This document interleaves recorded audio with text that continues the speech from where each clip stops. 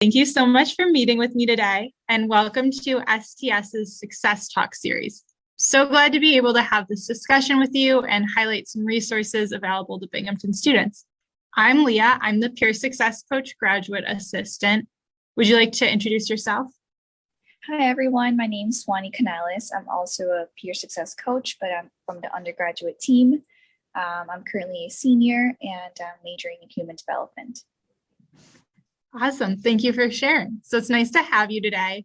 We are going to be talking about procrastination. What does this topic mean to you? Oh, this is I think a very important topic. And in college, where that surrounds being unmotivated.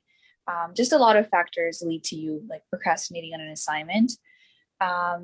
And I'd say my biggest tips for procrastinations would be chunking larger assignments into smaller parts.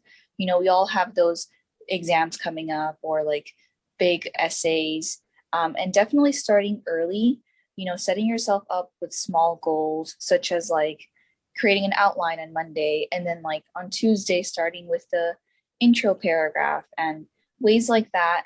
And then when you look at the bigger picture, you end up with almost half of the essay written. And then a second thing I'd say is, always also start with the smaller and then work your way into the more larger or time consuming ones. That way you avoid getting, in other words, I'd say overwhelmed with assignments that are only very time consuming. Yeah, I think that those are both two really good pieces of advice for avoiding procrastination. Chunking work has been a huge help for me personally. Yeah. And then when it comes to procrastination, I know this is something we'll talk about in presentations or programs, but I know that there are some different types and that'll look different for students. Do you want to touch on that a little bit? Sure. So I think under procrastination, there's mainly three categories. The first one would be avoidance. Second would be distracted, and third would be unmotivated. Getting into each one, I'd say avoidance would be, mainly I'd like to say that procrastination is not about not wanting to do the work. It's just, you want to get it done, but you're not able to, you don't know how to tackle the assignment. And you dread the idea of actually sitting there and getting it done. But once you surpass that moment, you gain motivation. But I guess getting into the idea of avoidance, this is when you're so overwhelmed that you don't even want to think about it, but it is always in the back of your head. You can't fully flee your responsibilities, and you know it. Distracted would be, I'd say, in this scenario, it could be a plenty of things. You could be missing the work due to spending time in leisure things like video game or TV. But other times it could be because you generally have to work shifts for financial reasons. And I think dealing with procrastination due to distraction reasons is the hardest, because sometimes truly there is not enough time in the day to cover all tasks. In jobs, unless it's campus ones, you can't really be doing schoolwork at the same time you're working. And unmotivated, I'd say it's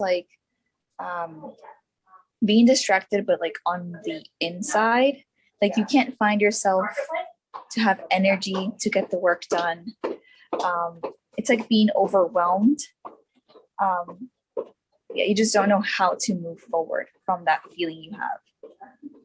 Yeah, I think that was a very comprehensive overview. So thank you so much for sharing a little bit more on that. And I know that it can change too for students. Sometimes you might be feeling unmotivated. Sometimes it might be that overwhelmed avoidance one. Sometimes it might be distraction. So figuring out what they are and how they work in your life can be really important. Yes, definitely. And I think I think I said this earlier, but just people who procrastinate is not that you don't want to get it done. You do. You would want to see yourself submitting the assignment and getting a grade back. It's just, how do I get to that point? Yeah, I think that that's a great way to frame it. So another thing we talk about a little bit is future self-planning. So what does that mean to you? What do you think about when you hear that? I'd say like keeping yourself organized. You can do it on a planner. Write down all of like your assignments due for the upcoming week. For example, on Sunday evenings, I always like to just go back to my syllabus and my all of my syllabus for all of my classes and see what's due this week. What are we doing this week? Anything do we need to read? And then I write it down in my planner. That way, throughout the week, I'm looking at the list of things I have to get done for that week. And I like put a star next to the ones that are priority. And that way I like have an actual view of what I should be doing for that week.